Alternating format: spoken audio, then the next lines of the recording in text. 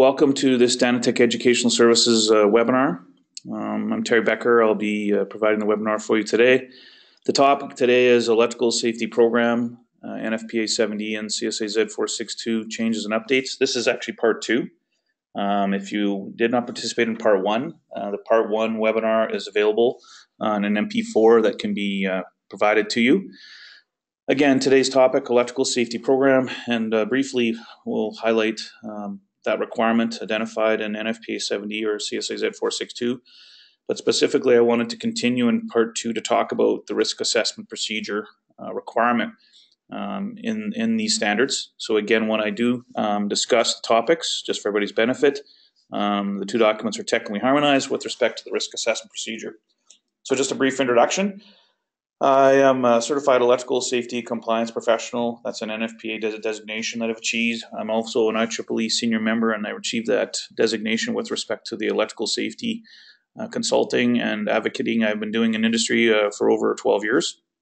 My background is an electrical engineer with 27 years experience, oil and gas related here in Calgary, Alberta, as well as engineering consulting. And then I left my job at Encana, a large oil and gas company, as a senior staff electrical engineer, to form ESPS Electrical Safety Program Solutions Inc. in 2007. And I'm now Senior Vice President of Electrical Safety at Danatec Educational Services. I am the first past Vice Chair of the CSA Z462 Tech Committee. I'm also currently a voting member on the CSA Z462 Tech Committee, and I'm in charge of the Annexes Working Group. I also attend all NFPA 70 Tech Committee meetings. I have probably for the last 10 years, and I do participate in their working groups as a volunteer representing myself. I'm also a voting member on the IEEE 1584 Tech Committee. That is the standard for the formulas for arc flash instant energy calculations for 2.8 volt to 15 kV. I'm also an associate member on Canada's guideline for maintenance of electrical systems, CSA Z463. And just a word of note that guideline will move to a standard probably later this year. So it'll be CSA Z463. Maintenance of electrical systems standard will have some prescribed language added to that document and basically a complete, not a complete, but a reorganization of the material, far improving it as a document available for Canada for electrical equipment maintenance. I'm also the subject matter expert at Danatec for our electrical safety audit process, both external and internal. Also our electrical safety program license product and consulting support to develop and customize that licensed electrical safety program for clients, and any specific specialized management consulting interpreting OH&S regulations Z462 related to arc flash shock hazard management. I'm also the subject matter expert for Danatec's compliant low and high voltage arc flash and shock instructor-led training solutions, as well as providing a blended training solution unique to Danatec, where we can use our industry-leading and compliant e-learning as a prerequisite to instructor-led training to enhance learning for the student. Again, I welcome you to today's webinar. Just briefly, I was the owner of ESPS. I sold ESPS to Danatec Educational Services effective August 1st, 2017.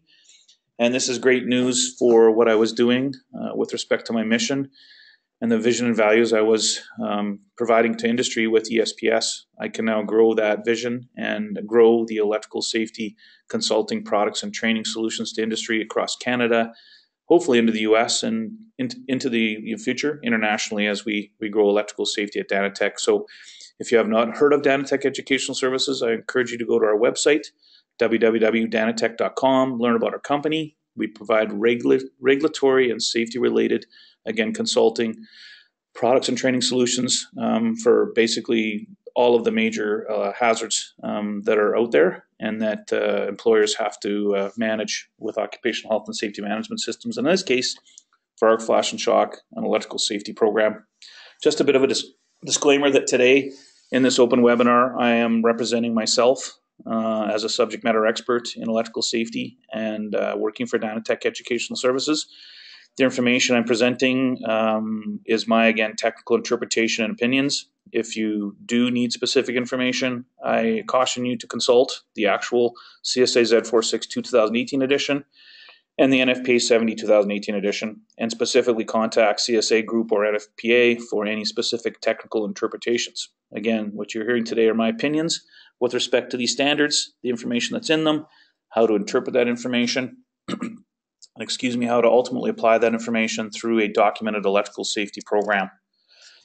So again, our agenda today, I wish I had more time, but as you'll see as we go through this webinar, I do try and share as much information as I can in the limited amount of time that I have, but there will be additional webinars, and I encourage you to watch our e-newsletter or through LinkedIn as we go throughout the rest of 2018 and beyond, but specifically this year with the new editions of Z462 and 70E published.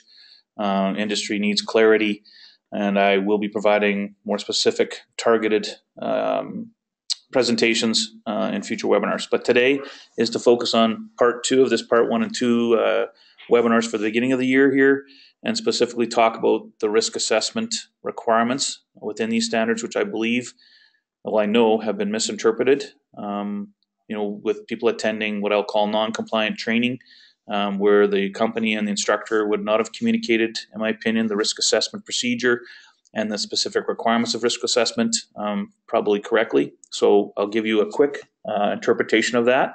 And as far as I'm concerned, a correct technical interpretation of an analytical risk assessment procedure that could be applied to comply with the requirements of Z462 or NFPA 70E. So we'll talk about an electrical safety program requirement briefly. That is a mandatory requirement in Z462 and 70E that your company has a documented, comprehensive, detailed electrical safety program. Within NFPA 70E and CSA Z462, there is explicit mandatory content for that document. So when I'm asked about why is the electrical safety program you have so detailed, because it has to be in order to be compliant with NFPA 70 and Z462. And again, the ultimate goal we're achieving with that detailed program is appropriate due diligence to OH&S regulations or OSHA regulations in the United States. And through that document and its correct application, you will achieve sustainable and measurable results.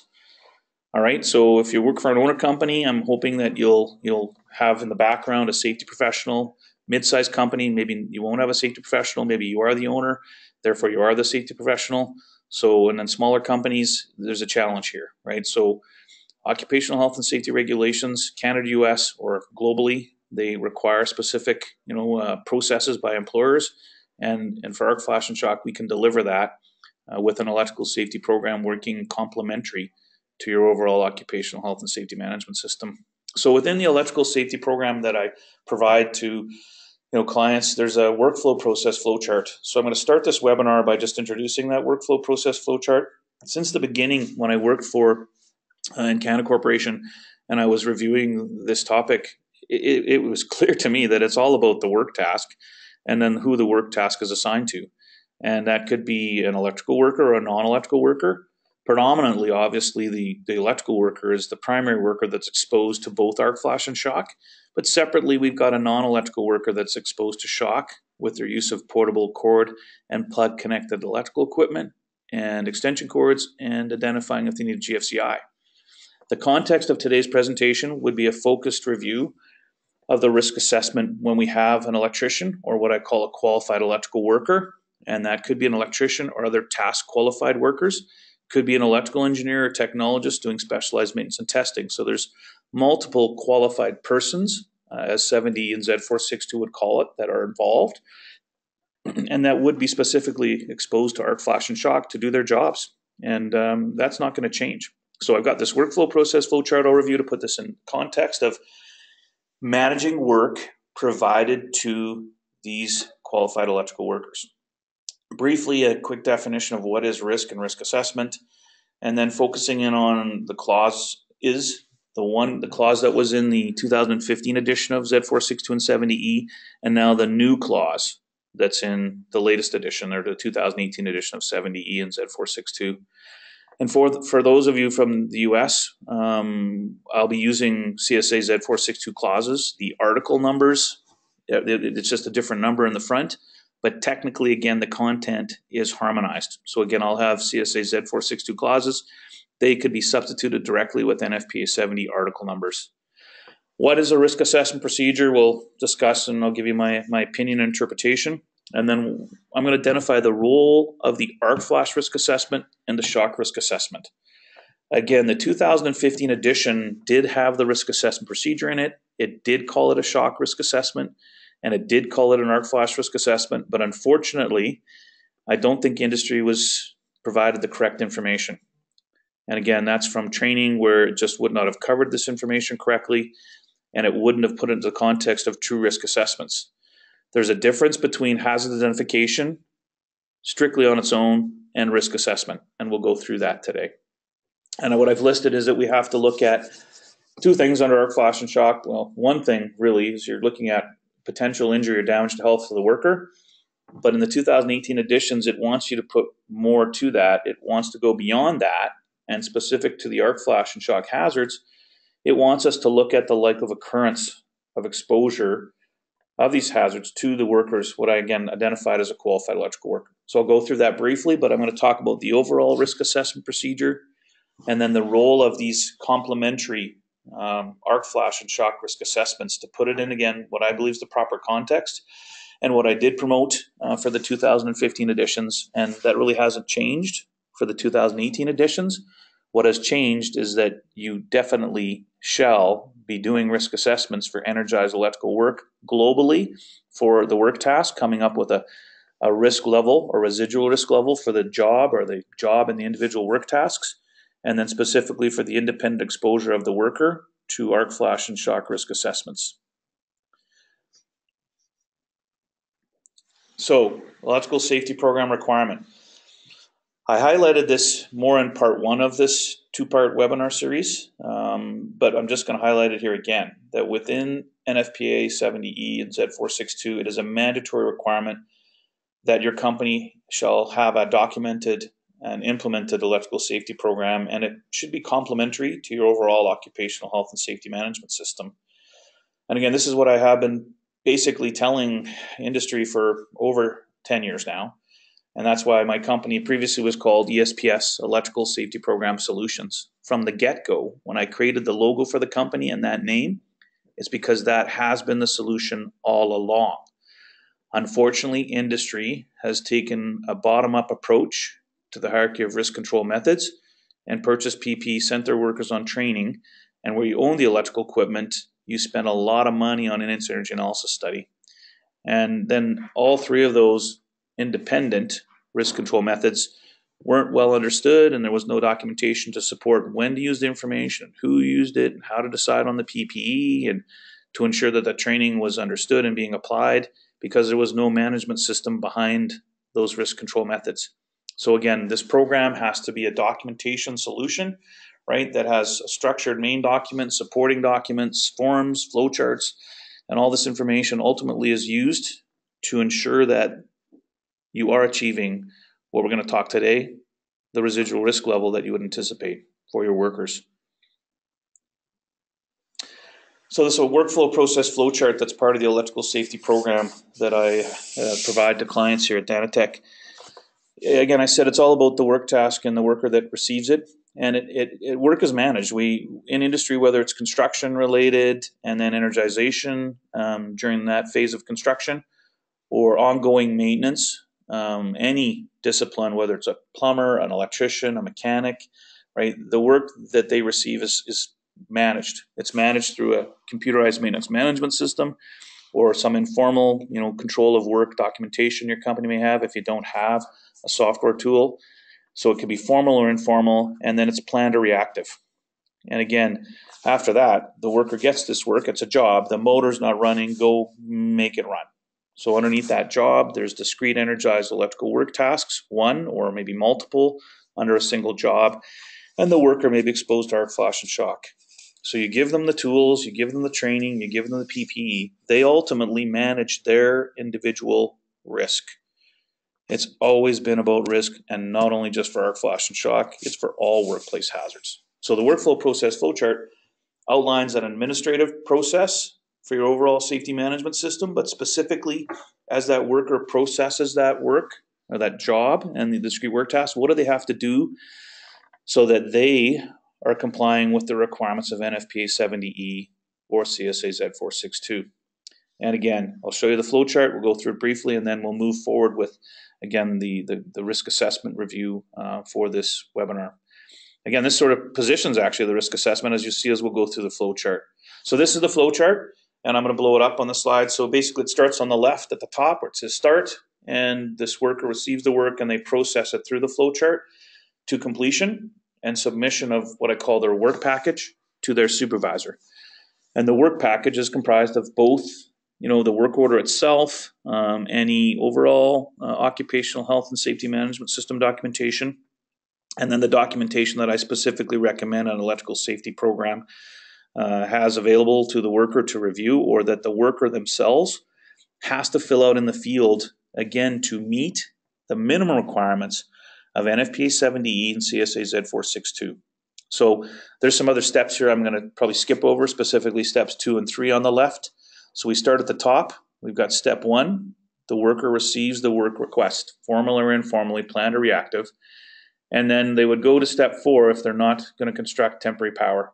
Because if they construct temporary power, I recommend there's a temporary power certificate that's filled out to ensure that that temporary power is inspected before energization and during the life of that temporary power, 3 months, 6 months, 12 months, or maybe years, depending on the size of the construction site. So traditionally, work would not have a temporary power certificate. It would go from step 1 to step 4.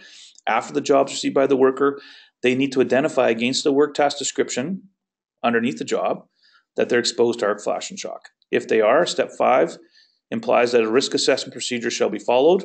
And that risk assessment procedure, which we're going to review, has 3 requirements. We've identified the hazards already. The worker needs to assess risks and implement the hierarchy of risk control methods to achieve a residual risk level. So what's implied in this step 5 is that the employer and the employee would work together on completing an overall risk assessment of typical energized electrical work tasks, which 70E and Z462 help us out with a new table. It's table 2 in the latest edition of Z462. I think that's table 130.5G, I think, for 70E. Again, that table is a generic list of work tasks. It has a equipment condition, and it says like of occurrence for an arcing fault and an arc flash to occur. So there's some tools again in Z462, and I recommend that the company has obviously purchased Z462 and 70E, has those documents available, and again, PDF, hard copy, both, because you need to refer to those documents when you're implementing the requirements of the electrical safety program to get the specific information and these tables.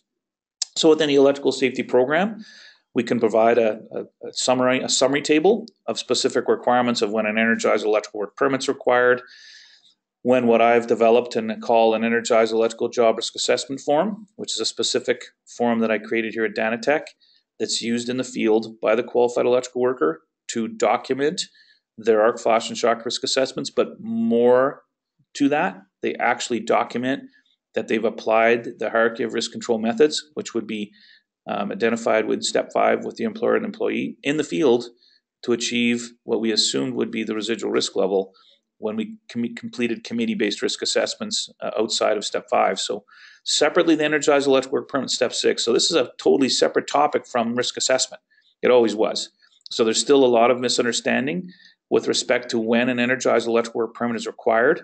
So again, if you're confused and you need to get additional information, you can contact me offline and I'll give you, again, the interpretation of that permit. But I'm telling you right now that the energized electrical work permit, when I do get contacted by companies, they've misinterpreted when that's required and why.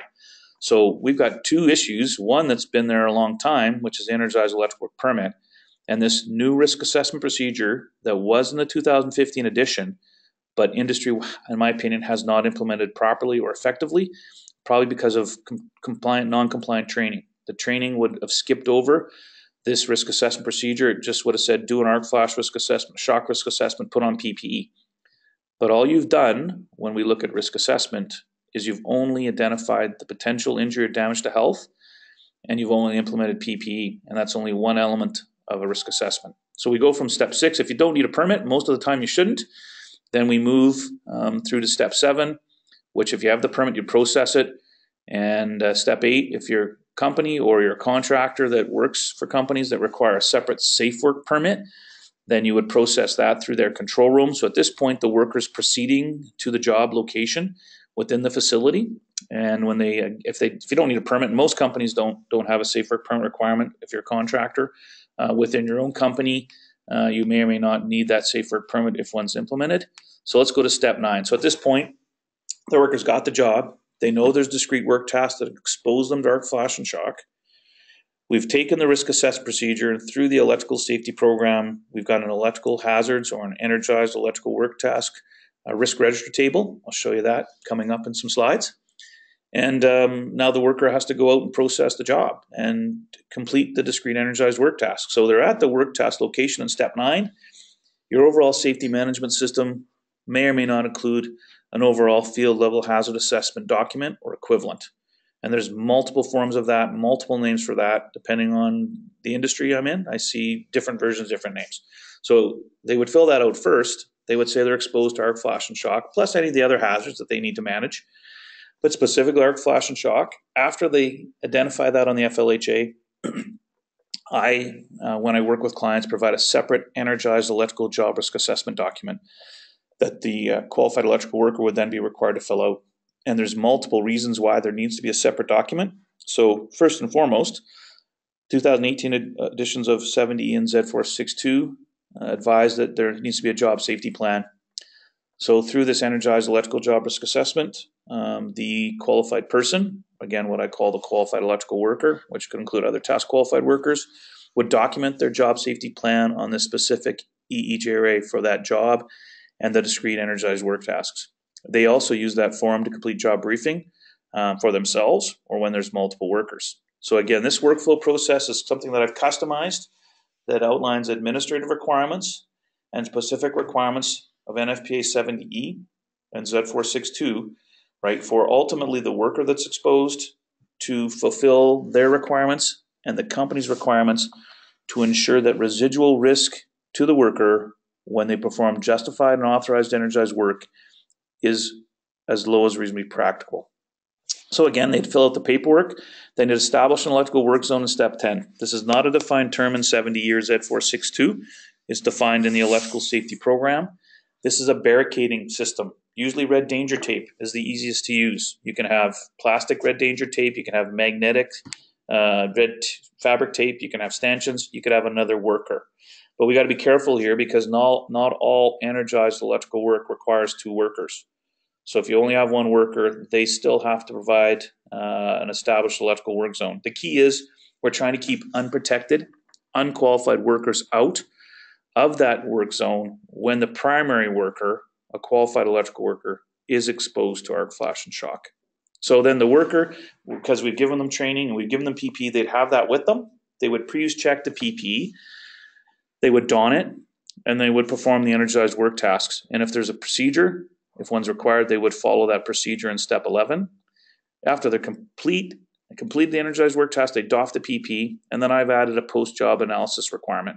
So after they completed the work, were the single line diagrams up to date? Was the procedure accurate? Were there problems with the PPE? If there was, they report that back to their supervisor. If there's no issues, they would submit their work package, which includes the work order, the FLHA, the EJRA, the energized electrical work permit. All of that documentation has to be given to the supervisor for 2 reasons. 1, the supervisor could audit it, and 2, for record keeping purposes. And again, all of this information is documented in the company's electrical safety program. So they completed the work, they go back, and they get another work order. So it's a cyclical workflow process flowchart. And through this workflow, we apply the risk assessment procedure. And then there's justification for energized electrical work and exemptions for the permit on the right, and then some definitions and acronyms and a legend at the bottom of that workflow process flowchart. So moving on, we want to get into this risk assessment content, but I wanted to set the framework for this, that this risk assessment requirement is implemented through your company's electrical safety program. So there's definitions on the screen for risk. And this, again, needs to be understood that risk and risk assessment is not just hazard identification. Hazard identification is a component. So the definition from ANSI Z10, which is a U.S. Occupational Health and Safety Management System standard, says an estimate of the combination of the likelihood of occurrence of a hazardous event or exposure and the severity of injury or illness that may be caused by the event So it's two things. Can I get hurt? And what is the likelihood or probability of me getting hurt? All right. So again, there's specific language here, and I use that specific language because we have to, because risk assessment's defined in other standards. It's defined in 70E and Z462 because now you can see the definitions in Z462 and 70E. Very similar to ANSI Z10. Again, a combination of the likelihood of occurrence of injury or damage to health and the severity of injury or damage to health that results from the hazard. And then there's a more detailed definition of risk assessment. It says an overall process that identifies the hazards, estimates the likelihood of occurrence of injury or damage to health, estimates the potential severity of injury or damage to health, and determines if protective measures are required. And that's the key part there at the end is the risk piece is determining protective measures, one, to drive down harm or mitigate harm if possible, and to take the likelihood of occurrence and lower it. And again, we'll discuss this in some of the slides coming up and my specific interpretation. The 2015 edition Annex F of Z462 and 70E provided a very detailed, exhaustive, comprehensive risk assessment procedure. And I use that as the basis for what you're going to see. And I'm still going to use that going forward, although the new Annex F has been reduced in content and magnitude to a more generic risk assessment process. And if you look at the 2018 Annex F, it's quite generic. You would have to go and develop a detailed process. And then I would refer you back to Annex F in the 2015 edition of the standards for one example. And again, there's risk assessment standards out there that can help you build a process. Basically, you have to have tools to implement the risk assessment. You have to have instructions. You could have a flow chart. You could have a risk register table. Again, you need this infrastructure in this supporting documentation to implement a risk assessment. So this is the risk assessment procedure in the 2015 edition of Z462, and it had 3 steps: identify hazards, assess risks, implement risk controls according to the hierarchy of methods. But the hierarchy of methods was a note, so it was like non-mandatory. But if you interpret this correctly, you would have applied the hierarchy of risk control methods listed. Now the new risk assessment procedure is a lot more clear, right? And it breaks it out, though. It's a little more information here, but it's better. It improves it, and it puts focus on likelihood of occurrence specifically related to human error. And if we look at hazard exposure to workers, and if you looked at incident investigations, human error is a significant component of why workers are injured. Human error, lack of competency, lack of following the established policies and practices, which I've seen too many times. When I do get involved in incident investigations, I see all of these things sort of piling up related to human error. There is and can be some responsibility of the employer related to the incident as well. So I'm not saying it's all on the worker. It's not.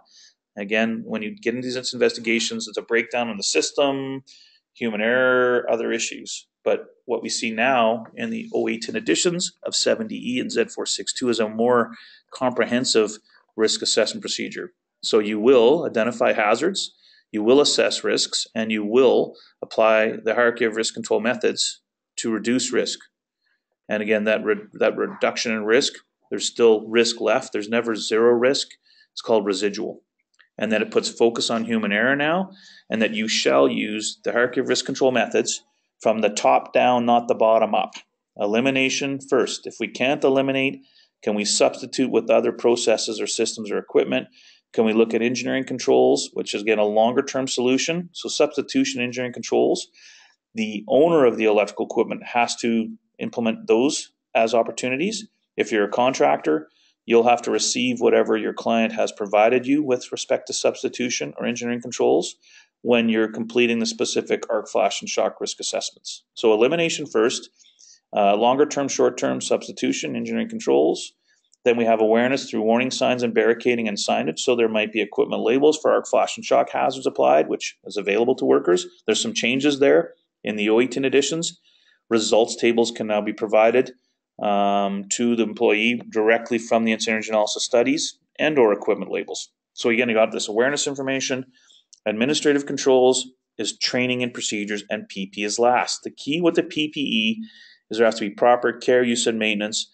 And in external electrical safety audits I perform, there are huge gaps in the PPE still. and this is recently in the last 12 months that I've completed external electrical safety audits, what a supervisor expects is in place for the PP after they've given it to the workers is not what's actually happening. The role of audit, external and internal audits, has to be part of your electrical safety program. If you haven't been doing audits, you need to, because what you assume is happening, and that word is a word you're going to be careful with safety. Assumption is a bad word. You have to audit, you have to validate and check. So again, there's the risk assessment procedure. Then there's some notes about, the controls and specifics, and it referenced Z1000 or ANSI Z10 for occupational health and safety management system requirements, or for risk assessment generic information. All right, and then it does point to Annex F. So here's my interpretation of risk assessment and the risk assessment procedure. It's an analytical process. Again, we have to use both consequence or severity of injury or damage to health and likelihood of occurrence to determine a work task risk level initially or inherently, and then residually. It's subjective. You got to be careful that you're not too conservative. You've got to be practical and reasonable. If you're not, every work task will be high risk, and it's not true. And there's some misinformation in industry that will exacerbate this problem, that you may have applied and therefore achieved residual risk as high, that you need to get more information from industry or from me to rationalize this. I call one of those pieces of information the 40 cal myth.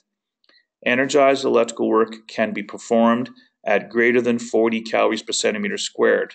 This has been an exasperated misinformation for the 12 years that I've been looking at this. Separately, the act of doing an absence of voltage check is energized electrical work. I've talked to contractors. The president says, we don't do energized work. I got a policy. And I said, really? He says, yeah, so I don't need Z462. And I said, well, does every electrician working for you have a digital multimeter? He goes, yes. And I said, does every electrician do a zero or an absence of voltage check? And he goes, yes. And of course, they do diagnostic troubleshooting. So another piece of information, testing for zero is energized work. The other issue too that relates to the risk assessment is operating energized electrical equipment. Operating energized electrical equipment in a normal operating condition does not pose a likely arcing fault and arc flash probability. Therefore, you do not need arc flash clothing to operate energized electrical equipment. Again, this needs to be part of your risk assessment, that you rationalize this information. If you're conservative, everything's high risk. Driving, fall arrest requirements, all working at heights, you name it, it's all high risk. If you're going to be conservative, everything's high risk. It's not true. That's the value of risk assessment. It allows you to use an analytical process to prove that residual risk is acceptable as low or medium in what I'm going to present to you. Again, this risk assessment, you shall apply all of the hierarchy of risk control methods, starting with the energization, not with PP. And I told you, industry 10 years ago was hazard, PP, send the guys on training. Supervisor didn't go on training. They had no clue what's going on. The worker didn't apply the training because there was no program. And then no one checked to make sure any of this was happening. There was no audit. So we got a lot of work yet to do in industry. And now we got this new risk assessment procedure, a newer requirement, or more, I'd say in 2018, a more complete requirement for risk assessment. There's no zero risk level. Sorry, right? It's a great target, but there's always residual risk. But the residual risk, it's the risk that's left after we apply the hierarchy of control methods. And we want it to be some value of risk that's acceptable or low, or as low as reasonably practical. And you'll hear different words for this. All right, but there is residual risk.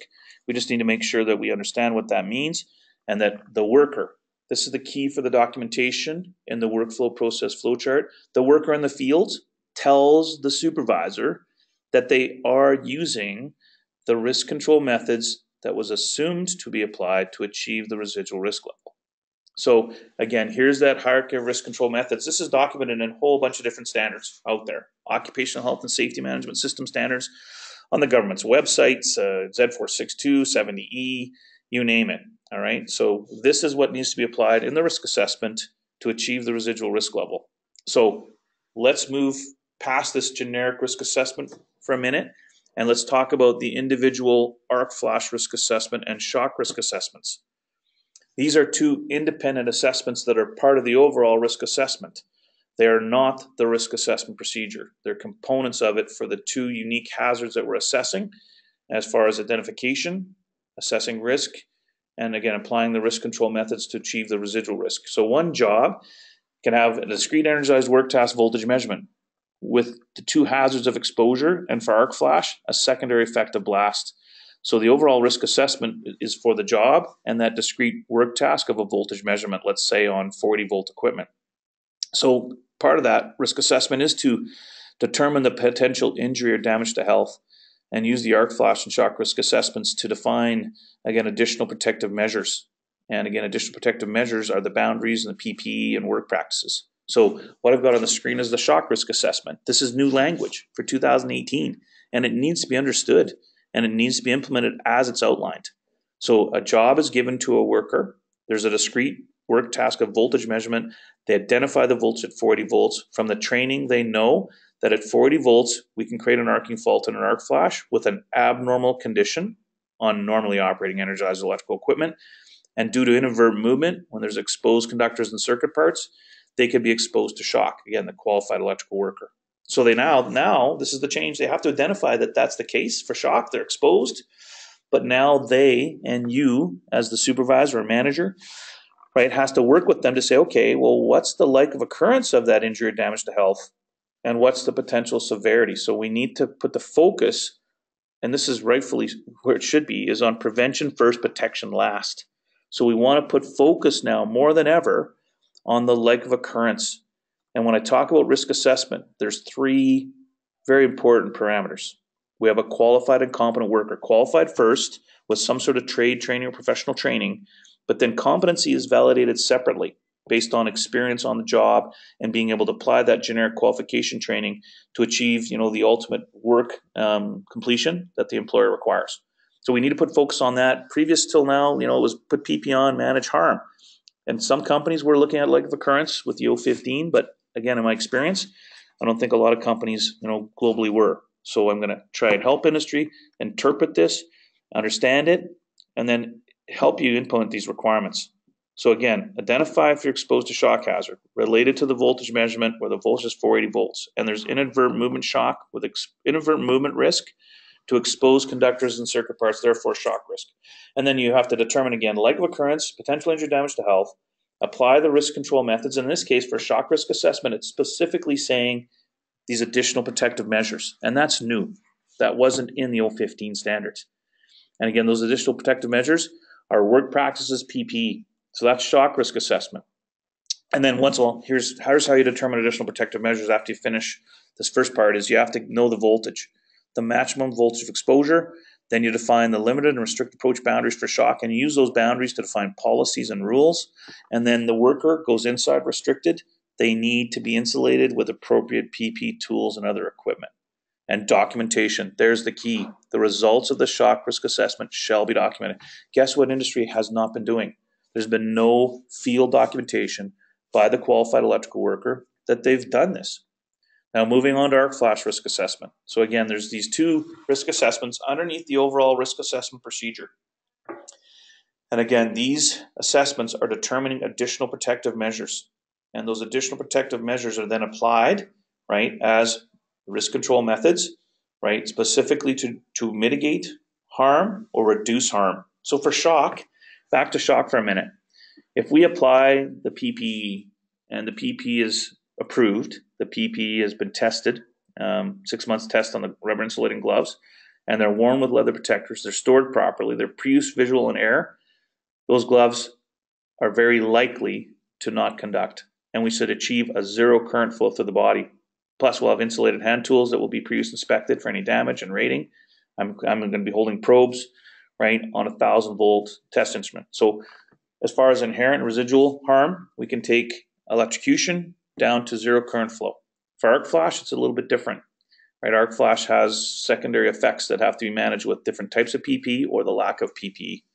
All right, so for arc flash risk assessment, it's still the same starting point. Identify against the workflow process flow chart. I've got a job, the motor's not running, I'm going to have to go into the motor starter, and I'm going to have to look for voltage. And it's going to be 480 volts. So from the generic training and our electrical safety program that also has hazard identification information in it, I'm going to be exposed to arc flash and shock. So in this case, arc flash. So I'm identified to arc flash. I'm exposed to arc flash.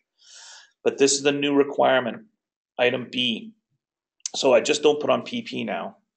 I've got to look at the likelihood of occurrence of injury or damage to health and the potential severity of injury or damage to health. The focus on likelihood of occurrence. And if you didn't have that focus before, and you're going to use the 2018 editions of 70E and Z462, you shall have a focus on likelihood of occurrence related to the risk assessment procedure. And this is the game changer, right? The likelihood of occurrence is where the value really is. Prevent before protect. All right, so this is the new arc flash risk assessment. This is the same general requirements as shock, and then you determine additional protective measures for arc flash. But this, unfortunately, is where the big step change is between shock risk assessment and arc flash risk assessment. All right, we have to now estimate the likelihood and severity related to arc flash. This was not a component of the shock risk assessment, but it is.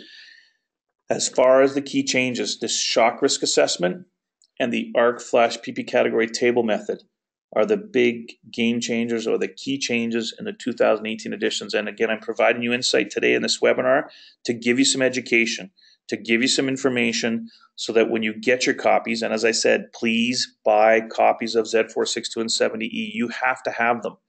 And if you don't, you won't be able to use this information, you won't be able to interpret it, or you won't be able to interpret where I'm telling you to go with respect to applying this information correctly, and that you document it. So again, now for arc flash, it says, okay, hang on a minute. If the work is exposed, we have to look at the design of the electrical equipment, including its overcurrent protective devices and operating times.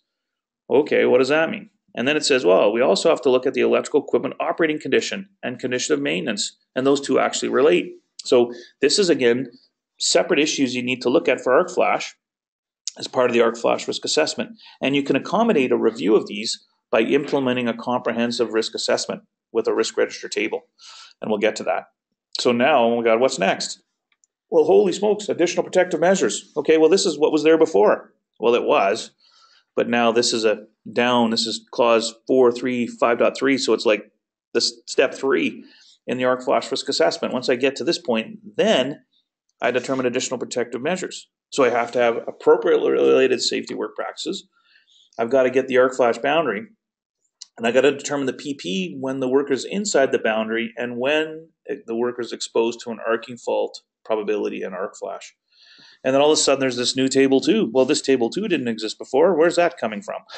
Well, it was there before. This used to be the first table in the arc flash PP category table method, but it's been removed out of that method and it's generically been put into arc flash risk assessment now. And I like it. This is really, as far as the risk assessment, what's provided now in the 2018 editions really clarifies and ensures that both the shock risk assessment and arc flash risk assessment are truly risk assessments now, because in the 2015 edition they weren't. Now they are. So this new table is the first table, or table 4A from Z462, or table 130.7C15AA from 70E. And this table's applied to either, well, in fact, this is where you start now. And then once it says like of occurrence over here on the right, it's going to like of occurrence of an arcing fault or arc flash with all the detail that's not shown on the screen. Then you use instant energy analysis or the arc flash PP category method to determine additional protective measures. So this table now is correctly positioned with respect to an arc flash risk assessment. So we get the job. The worker has to do a voltage measurement to troubleshoot the motor. The voltage at 480 volts. They got to interact. So they're going to put the normal operating condition of the MCC into an abnormal condition because they have to open the hinge door energized, go into the equipment and do a voltage measurement, right? Well, again, maybe the motor's not running, but they have to go and get that motor to run. So they're going to be looking for voltage in this case and get that started to function. So they're exposed to arc flash and shock, but they can come to this new table 2 or table 130.5G and 70E. And they can look down the right and find voltage measurement. And they're doing a risk assessment using this table, but they're only using one parameter, which is equipment condition. So they would then look at equipment condition. This table provides guidance, and it would say yes or no for like of occurrence. And if it says yes, then they determine additional protective measures by using the instant energy analysis and an equipment label or the new results table that they've been provided. That was covered off in part 1 of this webinar. Or if there's no equipment label or results table, then they use the ARC Flash PP category table method. So again, lots of information here I'm covering in a short time frame. This is meant to be sort of an initial educational webinar for you. If you haven't looked at this, if you have, I sure hope I'm clarifying, that you really need to pay attention to this new content that further embellishes on the requirement mandatorily for an overall risk assessment procedure and arc flash and shock risk assessments. So now field implementation. Let's get into some examples of risk register tables and electrical hazard matrices. So you have to have the electrical safety program. If you don't have the program, you're going to fail at this. The program has to be there, and you got to meet all of the electrical safety program requirements of NFPA 70E and Z462. If you don't have that, you can't implement this risk assessment. I recommend to all clients that you have an electrical safety steering committee. Depending on the size of your company, that may be one person by themselves or 2 people at least, or large organizations I've worked with. I've had electrical safety steering committees with 20 to 25 people, and those are large companies and with multiple facilities and locations across Canada or Canada and US. So the committee processes and this risk assessment, but the committee is responsible for the electrical safety program to be developed and implemented. And I do recommend that you have an electrical safety program manager, a single individual or maybe multiple coordinators across business units or departments that have specific responsibility for the initial development and the ongoing maintenance of the electrical safety program. All right, so we have typical work task inventory now with the new table, and we can use that information in our electrical safety programs. We do a committee-based risk assessment. We document assumptions made, and we document what we would expect to be applied for the hierarchy of risk control methods. So that's done at the committee level in the office, right? Using, again, a defined risk assessment procedure, our risk register table, flow charts, other information. So again, this is a generic risk assessment. So the key is, and what I recommend is that this risk assessment starts with a baseline, inherent, or initial risk level being assessed. The baseline, and a good place to start, is where we were. We had nothing. We had no PP, nothing in industry. So if we start with that as a baseline, you'll see the true value of arc flash and shock PP that when we didn't have it on workers, energized electrical work task was high risk because of the lack of PP. What saved us is the infrequent occurrence of arcing faults and shock exposures. Although shock, we'd question the infrequency because we know that electrical workers were shocked often. They just never reported it. But thankfully for arcing faults, we've had a low inherent frequency for like of occurrence. But in risk assessment, we would still consider that, but that's what saved, I guess, workers from injury, right? Specific to arc flash. And shock, they were injured, but they weren't reported, and that's another topic. Okay, so the history here is we start with sort of where we were, with inherent initial risk level as a baseline. Then we don't accept that initial risk level because it's high, and we have to determine a residual risk level. And then we do arc flash and shock risk assessments to help us with the potential injury damage to health. Then we formally look at like of occurrence. Do we have qualified and competent workers? Do we manage human performance at our work site or our workplace? And do we manage condition of maintenance either as the owner of the equipment or as the contractor? And there's opportunities here for contractors to work with their clients on the maintenance piece. That's why they've got you working for them. We'll educate them on the maintenance, tell them more maintenance needs to be done, and work with them to sort that out. And for contractors, electrical safety can be a revenue generator for your company. All right, so lastly, the qualified electrical worker, again, could be a journeyman electrician, an HVAC tech, a CP tech, an elevator mechanic, overhead door and crane mechanic, right? These are other task qualified workers other than a journeyman electrician. So just a little plug there that there's other workers that you need to address if you haven't. They need to fill out some documentation in the field to confirm that the residual risk level that the committee-based risk assessment said would be achieved if, again, the hierarchy of risk control methods was applied. So again, this is a brief overview, 5 or 6 or 7 or 8 bullets here of implementing a risk assessment. So simple flow chart. If you've looked at risk assessments, it's just a generic flow chart that's out there. So again, the context of the risk assessment, we identify hazards, we do the risk analysis, we do the risk evaluation, and then we pump out, this residual risk with these risk controls applied. But you have to monitor and review right?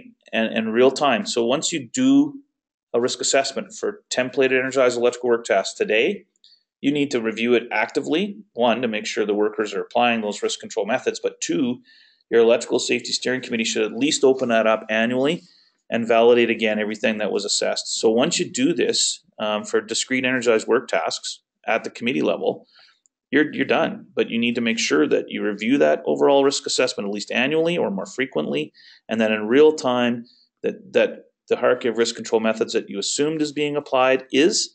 And again, there's a whole communication and consultation piece here within your organization, with your steering committee, with workers, and then ultimately back up to management. Again, all delivered through an electrical safety program. So if you Google risk assessment, this is what you're going to see for images. These are risk assessment matrices, right? And you can see, oh my God, like, wow. And that's the thing. Every company can have a different risk assessment process, a different matrix. The context is the same. You'll see some similar colors. You'll see green and yellow and red. And then you'll see, maybe 4 different colors and oranges in there. Typically, that's what you see: green, yellow, orange, and red, or green, yellow, and red. And they have different levels of risk, and there's different methods here to determine severity and risk and blend them with math or summation or, so again, they're all valid processes, just examples. This is one that I've created. It has a risk register table on the right, so you can actually document the risk assessment inherently and residually. It has an electrical hazard risk assessment matrix and a little summary risk register table. Again, these are tools that your electrical safety program provides to implement the risk assessment. And there's an example where a risk assessment's been completed. Some values have been entered for severity and frequency and probability and avoidance. There's a risk class and an inherent risk level. Then we apply the hierarchy of risk control methods to reduce risk, and we achieve a residual risk level. And there's some other language here that you need to learn. There's work task hazard pairs. And so in this case, voltage measurement 40 volts has a work task hazard pair of arc flash, a work task hazard pair of blast, and a work task hazard pair of shock. So behind all this, again, you got to set the context. You got to get some information. Specific to arc blast, you have to understand the 40 cal myth is not real. 40 calories is not a dangerous incident energy level for blast pressure.